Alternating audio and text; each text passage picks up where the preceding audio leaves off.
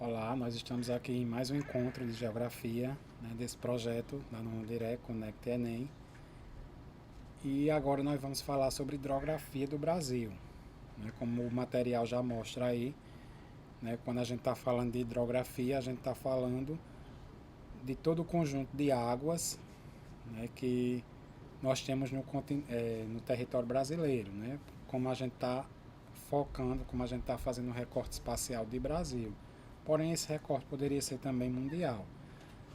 Mas hoje nós vamos falar da hidrografia com ênfase nas bacias hidrográficas brasileiras e a sua importância para a economia, para o desenvolvimento do país, de modo geral, e como ela intensifica, como ela causa impactos, como é que ela participa, né, do crescimento do país, como é que ela foi se modernizando, como é que ela é utilizada por todos que compõem o país. Né? Então nós temos um mapa inicial, é como se fosse um mapa todo cortado por veias, né? Esses aí são os principais rios, são as principais bacias hidrográficas que a gente tem no Brasil, e podemos perceber claramente que a região amazônica, ou a região amazônica que ocupa a maior parte da região norte do país e parte do centro-oeste, ela se destaca pela grande quantidade de rios, né? Por ter bacias hidrográficas extensas, com uma grande quantidade de água, que é a maior bacia, que é a do rio Amazonas, bacia amazônica. Mas temos também espalhados por todo o país outras, outras bacias hidrográficas, claro que com a menor quantidade de água, com um acúmulo menor de água, até por outros fatores climáticos, e nós sabemos que a hidrografia ela depende diretamente do clima, né, da região, porque se chove bastante, a tendência é que os rios ele tem uma quantidade de água maior. E o contrário também se aplica, né? Ou, por exemplo, aqui na nossa região, não existem praticamente, só com exceção do Rio São Francisco, de algum outro rio que se torna temporário, que se torna permanente devido à construção de uma grande barragem, nós não temos rios permanentes. Né? A maioria são rios temporários que acumulam água apenas em períodos da ocorrência das chuvas, como a gente chama aqui de inverno, né? Que na verdade nossas chuvas elas não são na estação do inverno, né? Mas a gente conhece como inverno. Então é isso. Então nós vamos falar um pouquinho sobre essa espacialização das bacias hidrográficas pelo território brasileiro e do seu impacto e da sua como ela compõe, como ela transforma e como é que ela age, né? E as pessoas também fazendo uso delas pelo nosso território, né? Nós sabemos que cada rio, apesar da gente achar é rio, é tudo igual, né? Não, mas nós temos especificidades, nós temos o rio de Planalto, temos o rio de Planície, e nós vamos falar um pouquinho sobre isso, né? Então, começando sobre essa diferença, uma bacia hidrográfica, ela recebe esse nome justamente porque tem um rio principal que geralmente dá o nome à bacia, por exemplo, bacia do Rio São Francisco. O rio principal é o Rio São Francisco e os outros rios menores, que a gente chama de afluentes, eles todos, as águas deles correm para essa veia principal. E os rios afluentes seriam as artérias. Né? Então, tem essa especificidade. E também precisamos entender o que é um rio de planalto e o que é um rio de planície. O rio de planalto é aquele rio que ele ocorre em lugares de relevo acidentado, com grandes elevações, onde pode ter cachoeiras, onde pode ter outros tipos de acidentes geográficos, né, que acabam causando, aliás, que acabam dando àquela área onde o rio ocorre a dificuldade, por exemplo, para a navegação. Geralmente, os rios de planalto eles têm uma utilização maior para a produção de energia através das hidroelétricas, né? Porque devido a eles terem declividades, então eles acabam tendo uma correnteza maior e uma força maior para mover aquelas grandes turbinas que são colocadas nas barragens construídas para essa produção. Já um rio de planície, ele tem como finalidade maior ser um meio de aliás, utilizado como meio de deslocamento através do meio fluvial e também para atividades pesqueira, para atividades de turismo, né? Então são essas atividades e tem essas diferenças. Geralmente eles não têm muitos acidentes geográficos, não vão ter lá no leito deles grandes conglomerados de rocha, né, que acabam podendo danificar uma embarcação. Já o Rio de Planalto é mais fácil que isso ocorra. Mas a tecnologia, ela avançou de um jeito que, às vezes até o rio, que ele tem uma grande queda d'água, a tecnologia, a engenharia, ela construiu eclusas para que nesse rio também possa ocorrer a navegação. É uma tecnologia lá que permite que a água, o nível da água suba para que a embarcação ela chegue ao nível, ou então que ela desça, né, ao nível da continuidade do rio, né? Então a tecnologia, ela hoje, de certa forma, ela não consegue modificar tudo, mas ela adapta muitas situações, né, que antes funcionavam como barreira. Então, está aqui no Brasil a maior rede hidrográfica do mundo, com 55.457 km², ou seja, a maior quantidade de rios e a maior quantidade de água em território a gente encontra no nosso país. Somente a bacia amazônica já representa sozinha a maior reserva de água doce do planeta. A bacia do rio Amazônica, que está localizada na região norte, né? Então, a formação das bacias hidrográficas se dá através dos desníveis dos terrenos que orientam o curso da água, sempre de áreas mais altas para as áreas mais baixas. Então, é as chamadas quedas d'água, né? Então, a gente tem as formações rochosas e, geralmente, as grandes formações rochosas, elas acabam sendo divisores de água. Para um lado, as águas se dirigem para um rio determinado ou para uma bacia, e no outro sentido já para outra, né? Então, claro, não é uma pequena, como a gente chama aqui, as formações rochosas de serra, mas são formações rochosas extensas, as chamadas chapadas, que são pequenas montanhas. Então, essas áreas são limitadas por um pequeno divisor de água que as separa das bacias adjacentes e que pode ser determinada nas cartas topográficas, quando a gente faz o estudo com aquelas cartas impressas que mostram a divisão, né, da hidrografia pelo país. As águas superficiais, originárias de qualquer ponto da área delimitada pelo divisor, saem das bacias passando pela seção definida, e a água que precipita fora da área da bacia não contribui para o escoamento na seção considerada. A denominação de bacias hidrográficas geralmente se dá ou pelo rio principal, que recebe a água de seus afluentes, ou pelo rio que se forma, né, a partir deles. Né? Por exemplo, eu citei o nome do rio da Bacia Amazônica, que é a maior do Brasil e a maior do mundo. O rio, a maior parte dessa bacia é formada pelo rio Solimões e uma outra parte, um outro braço é pelo Rio Negro. Então, quando eles se encontram próximo à cidade de Manaus, eles formam o rio Amazonas. Né? E lá a gente tem até alguns fenômenos da natureza que acontecem lá, né? A água do Rio Negro, ela é escura e ela não se junta com água, ela não se mistura com a água barrenta do Rio Solimões, e isso aí estimulou até a atividade turística, né? Muitas pessoas, quando estão fazendo ecoturismo naquela região, querem ver esse encontro das águas, e a partir desse encontro é que nós vamos ter o Rio Amazonas, né?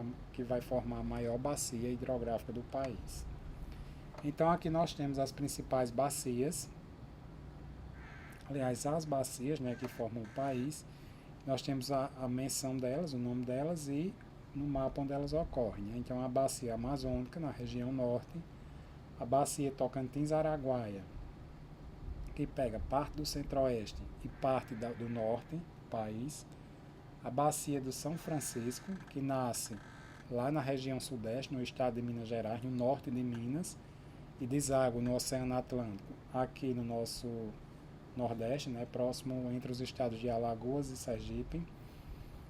A bacia do Paraguai, né, que tem como principal rio o Rio Paraguai, e está na fronteira oeste do Brasil com o Paraguai. Nós vamos ter a bacia do Paraná, que ocupa a maior parte do estado, né, e também que tem um rio que recebe esse nome. Nós vamos ter a bacia do Uruguai, que está na região oeste do Rio Grande do Sul. Vamos ter a bacia do Parnaíba, que praticamente ocupa apenas o território do estado do Piauí. Vamos ter a bacia do Atlântico, que vai se dividir em 5. Nordeste Oriental, que vai se estender desde o litoral cearense até o litoral de Alagoas. Vamos ter o Nordeste Ocidental, que vai pegar o litoral do Maranhão e uma pequena parte do litoral do estado do Pará, na região norte. Nós vamos ter o Atlântico Leste, que vai pegar desde o estado de Sergipe e todo o estado da Bahia. Vamos ter o Atlântico Sudeste, que vai pegar Espírito Santo, Rio de Janeiro e o litoral de São Paulo. Vamos ter o Atlântico Sul, que vai desde parte do litoral paranaense, passando por Santa Catarina até o Rio Grande do Sul. Então essas são as duas bacias que nós encontramos no vasto território brasileiro, né? A maioria, todas elas acabam desaguando no Oceano Atlântico, né? Elas nascem no interior do país e elas acabam desaguando no mar, né? No Oceano Atlântico. Primeiro, então nós vamos falar um pouquinho de cada uma delas e depois a gente vai exercitar, né? Da importância da extensão. Então a bacia hidrográfica do Amazonas é a maior de todo o planeta e responsável por drenar água de uma área de aproximadamente 7 milhões de quilômetros quadrados. No Brasil, e aí aqui vem um parênteses, ela não é genuinamente brasileira, né? Ela nasce ainda no Peru. Ela compreende uma área de 3.870 quilômetros quadrados, apresentando grande potencial para a geração de energia hidrelétrica, além de possuir características propícias para o transporte fluvial. Quando a gente tem a oportunidade de ir na região norte do país, nós vamos ver que em alguns locais não tem como se chegar através do transporte rodoviário, que é o mais comum aqui. Ou seja, existem cidades e regiões que são praticamente ilhas. Tão grande é a quantidade de rios, né, e com grande quantidade de água que tem nessa região. Então, ou se chega através das chamadas voadeiras, das embarcações, ou através de avião, né? Então, como o avião, nem toda cidade tem um local propício para recebê-los, né? Então acaba sendo utilizado mais o transporte fluvial. A construção de usinas hidrelétricas na bacia do Amazônica tem provocado muitas polêmicas em virtude do grande impacto socioambiental gerado por esses megaprojetos. Ou seja, a gente viu que mais recentemente, quando a gente acompanha aí o noticiário nacional, de 10 anos para cá foram construídas a usina Belo Monte, no complexo do Rio Xingu, no estado do Pará, né, que integra essa bacia, e a hidroelétrica de Jirau e Santo Antônio, no complexo do Rio Madeira, no estado de Rondônia, né, que são grandes projetos que são construídos com o intuito justamente de dar uma garantia maior de produção de energia, mas que por outro lado geram fortes impactos ambientais. Então nós temos o ecossistema amazônico como um ecossistema abundante, diversificado, tanto de vegetais como de animais, mas que porém tem sofrido muitas agressões, né? Então a construção de hidrelétricas é só mais uma delas. Então isso tem gerado, sobretudo nos movimentos ambientalistas e dos ribeirinhos, que são aquelas pessoas que moram lá, né, que nasceram lá e ali estão, acabam aquela questão de não aceitar, porque primeiro, quando se construi uma barragem, uma grande área tem que ser desapropriada, né? Então muita gente tem que sair, tribos indígenas, que lá onde a gente ainda tem bastante, tem que deixar o seu hábitat natural e serem alocadas em outros espaços, né? Então tudo isso tem gerado questionamentos. A bacia amazônica, né, como eu já falei, ela não é de planalto, né? Então ela também acaba sendo muito utilizada para o transporte fluvial. A outra bacia que nós vamos falar na sequência é a bacia do Tocantins-Araguaia, ou seja, formada por esses dois rios, o Tocantins e o Araguaia, e compreende uma área de 967.059 km². Essa é a maior bacia exclusivamente brasileira, ou seja, ela nasce no interior do Brasil e vai desaguar no Oceano Atlântico também, no litoral brasileiro. Seu potencial energético é explorado, com destaque para a usina hidrelétrica de Tucuruí, no estado do Pará, e o rio Araguaia, né, que faz parte da bacia, tem nele a maior ilha fluvial do mundo, que é a Ilha do Bananal. Né? Então, ou seja, a ilha formada por rios, a maior se encontra lá no estado do Tocantins, na área do rio Araguaia. Né? Então, a bacia Tocantins-Araguaia, deixando assim esclarecendo ainda mais, ela é a maior em território brasileiro. A Amazônica ela é a maior do mundo e a do Brasil, consequentemente, porém, parte dela não está no nosso território, né? Está em outros países da América do Sul.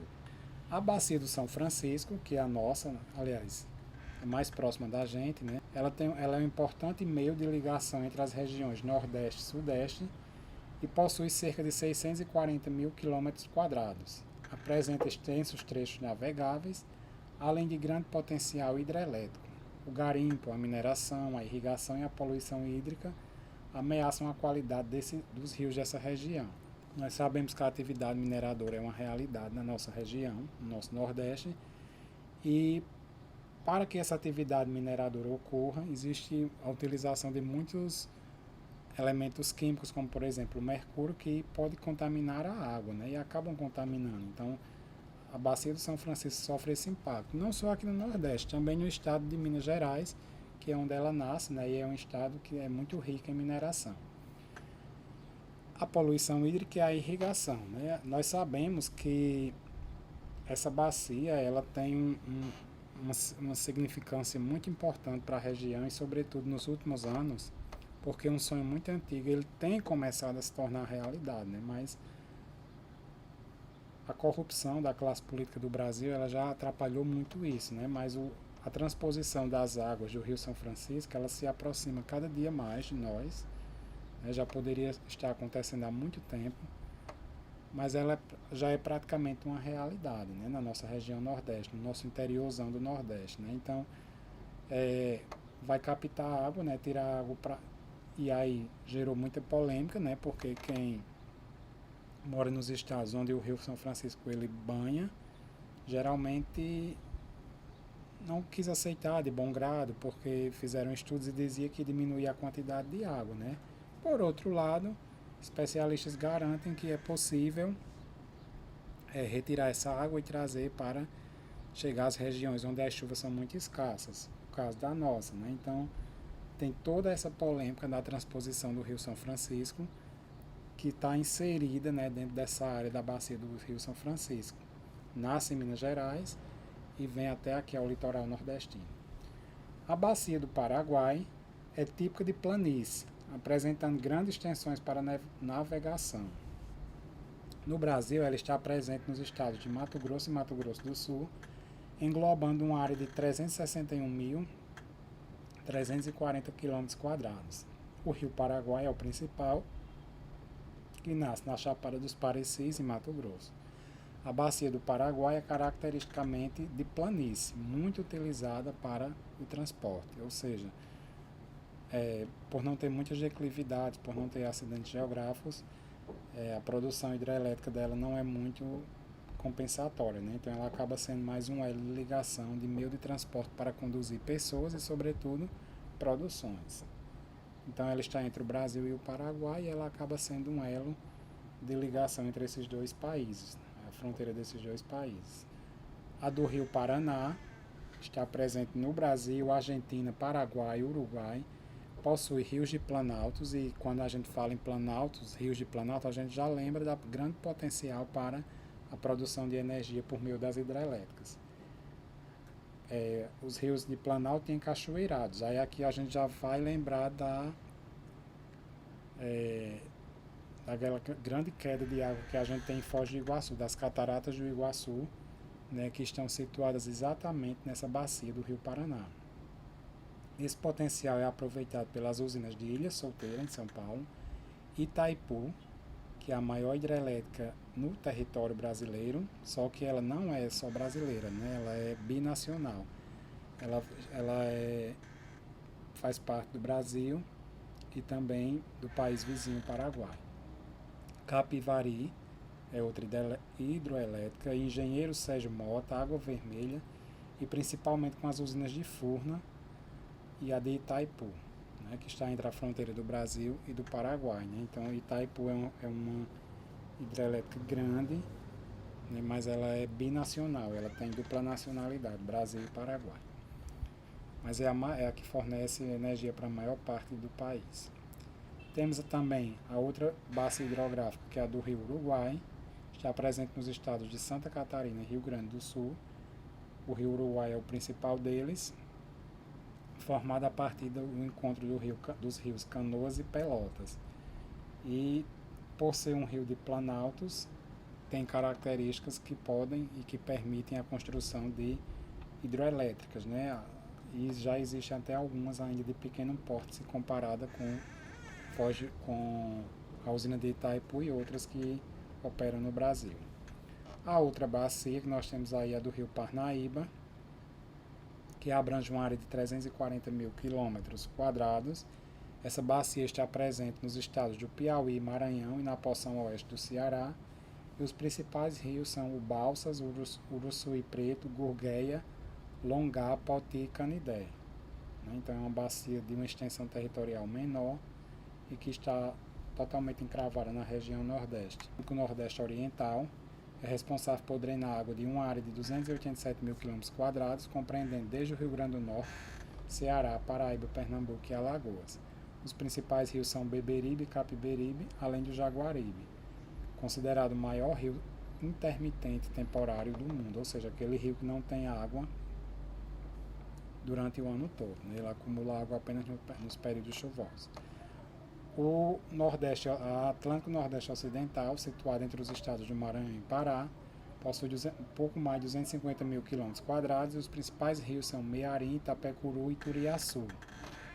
O Atlântico Leste abrange mais de 370 mil quilômetros, abrange os territórios de Sergipe, Bahia, Minas Gerais e Espírito Santo, e o rio que se destaca é o rio Jequitinhonha. A Atlântico Sudeste, né, que é formada pelos rios Doce, Itapemirim, São Mateus, Iguá, Paraíba do Sul, entre outros, está presente nos estados do Espírito Santo, Minas Gerais, Rio de Janeiro e São Paulo e Paraná, e corresponde a uma área de mais de 200 mil km². Essa foi a bacia que sofreu aquele grande impacto ambiental da barragem de Brumadinho, né, que ano passado foi embora com aquela quantidade de rejeitos, né, que causou um grande dano ambiental, uma grande mortandade de peixes e a vida aquática que ali existia e também ribeirinha. Né? Então, aquele acontecimento se deu nessa bacia. E por último nós temos a bacia do Atlântico Sul, que ela é a menor do país e vai estar localizada no estado do Rio Grande do Sul e para uma parte de Santa Catarina.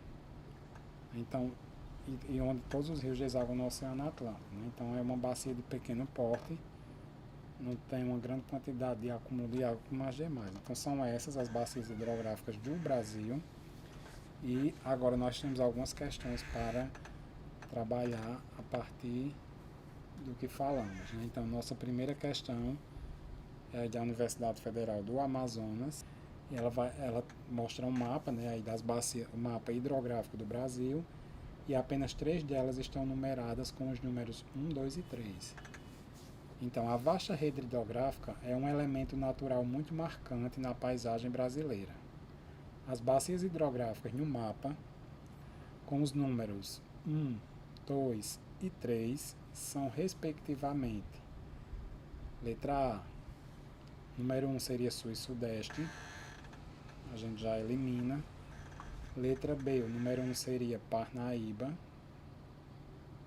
A Parnaíba está entre uma das 3, mas não é a que está com a numeração 1. Letra C, Nordeste, do Norte e Uruguai. Nós não temos essas bacias, né, chamada Nordeste e Norte, são regiões do país, então a gente elimina. Letra D, Paraíba do Sul, da Prata e Rio Grande. Nós também não temos essas bacias, isso aí são nomes de rios. E a letra E, que é a alternativa correta. O número 1, a gente pode ver a localização da bacia do São Francisco. E vejam que aí no mapa está mostrando claramente o seu início no norte de Minas Gerais até desaguar no Nordeste. Número 2, Araguaia Tocantins, né, que abrange os estados do Goiás, Tocantins e Pará.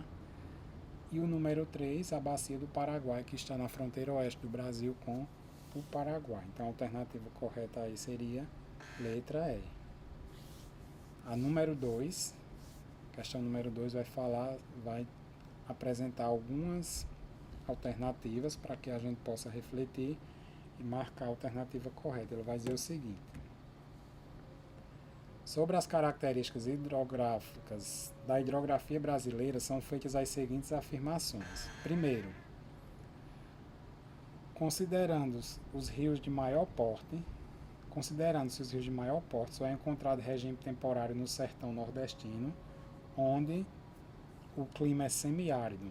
No restante do país, os grandes rios são perenes.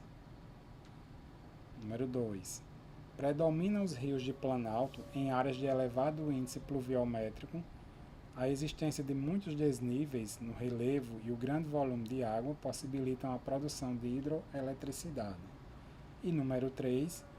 Na região amazônica, os rios têm grande importância como vias de transporte e o potencial hidrelétrico é amplamente aproveitado. Então, por eliminação, nós vamos ver o seguinte: os rios de maior porte são encontrados em regime temporário no sertão nordestino. O que é isso? Rios que secam durante a maior parte do ano. Isso é uma realidade. Devido à escassez de chuva, os rios, o Jaguaribe é um exemplo dele, e tantos outros, eles acabam secando porque as chuvas não são abundantes e só ocorrem em um pequeno período. Os rios de planalto predominam em áreas de elevado índice pluviométrico e com uma capacidade de gerar produção de hidroeletricidade. Por quê? Porque acumulam grandes quantidades de água e as quedas de água elas acabam influenciando diretamente a produção hidroelétrica, Então, e na região amazônica nós temos realmente o transporte hidroviário muito utilizado, porém o potencial hidrelétrico ele ainda não é totalmente, ou seja, ele ainda não é amplamente utilizado, devido à sua grande dimensão, ele ainda é pouco utilizado com um potencial muito maior. Então nós vamos marcar aí 1 e 2 corretos, que é no caso a questão correta, a letra B. A questão 3 também apresenta um mapa mostrando os principais rios brasileiros, porém sem os nomes. Então nós podemos ver que o mapa destaca uma região mais ou menos no centro do Brasil, está pintada de amarelo. Então vamos lá para o enunciado. O mapa ao lado está destacando uma das principais bacias hidrográficas do Brasil. Marque a alternativa que corresponde a essa bacia de drenagem. Então, na primeira questão, a gente já falou sobre essa bacia, Ela foi mencionada lá, mas vamos lá. Letra A. Bacia hidrográfica do São Francisco. Então, a gente vai eliminar por quê? Porque o São Francisco, ela nasce em Minas Gerais e deságua entre os estados de Sergipe e Alagoas. E aí, nós temos uma bacia que está na região centro-oeste e vai para a região norte, Então, a gente elimina. Bacia hidrográfica do Atlântico Leste. O Atlântico Leste vai estar mais ou menos situado entre os estados de de Espírito Santo, Rio de Janeiro, São Paulo. Então aí não vai para o sudeste nem para o leste. Letra C. Bacia hidrográfica do Tocantins, Araguaia. Vai ser essa a alternativa, tendo em vista que os rios Tocantins e Araguaia são os principais rios dessa bacia, que se inicia no estado de Goiás e se prolonga por Tocantins e deságua no Oceano Atlântico no estado do Pará. A Amazônica não é, porque ela ocupa a maior parte do território brasileiro e aí a gente tem uma área restrita, e a do Paraná está lá na região sul do Brasil. Então seria a letra C, bacia hidrográfica do Tocantins, Araguaia. E a quarta questão pede para a gente analisar as afirmativas, as 5 afirmativas que apresentam, e assinalarmos qual é a que está de forma incorreta. A letra A vai dizer o seguinte: a bacia hidrográfica do São Francisco é a que possui maior possibilidade de navegação no Brasil. Letra B. No Brasil, a bacia hidrográfica do Paraguai está presente nos estados de Mato Grosso e Mato Grosso do Sul, tendo o Rio Paraguai como o principal. Letra C. Os estados do Rio Grande do Sul e Santa Catarina abrigam a bacia hidrográfica do Uruguai, que possui grande potencial hidrelétrico. Letra D. A maior bacia hidrográfica exclusivamente brasileira é a Tocantins-Araguaia, com extensão de aproximadamente 967 mil quilômetros quadrados. Letra E. Com 7 milhões de quilômetros quadrados, a bacia hidrográfica amazônica é considerada a maior do planeta. Então, se formos analisar todas as afirmativas aí, vindo de trás para frente, nós vamos ver. A E está falando da dimensão da bacia amazônica, que é a maior do planeta e, consequentemente, do Brasil, está correta. A D, Tocantins-Araguaia, a bacia do Tocantins-Araguaia é a maior exclusivamente brasileira, ou seja, desde a sua nascente até a sua desembocadura lá no Pará, ela está totalmente no território brasileiro, está correta. Letra C, os estados do Rio Grande do Sul e Santa Catarina abrigam a bacia do Uruguai, que tem um grande potencial hidrelétrico. Isso também é correto. E a letra B, que vai dizer que o Brasil e o Paraguai, que a bacia do Paraguai, do Rio Paraguai, está no Brasil entre os estados de Mato Grosso e Mato Grosso do Sul, e o principal rio é o Rio Paraguai. Isso. E a letra A, como aí é o enunciado pede a incorreta, seria a letra A, porque ela diz que a bacia hidrográfica do São Francisco é a que possui a maior possibilidade de navegação. E não é. A bacia que possui maior possibilidade de navegação no Brasil é a bacia do Rio Amazônico. Né? Então, como pedir a incorreta, a gente assinala essa letra A. Então, espero que vocês tenham conhecido um pouco mais, tenham ficado por dentro da distribuição hidrográfica, né, das bacias ao longo do território brasileiro. Então, a gente encerra por aqui esse momento e nos encontramos em outra oportunidade. Fiquem ligados e aproveitem o projeto da Nona Direct Conecte Enem.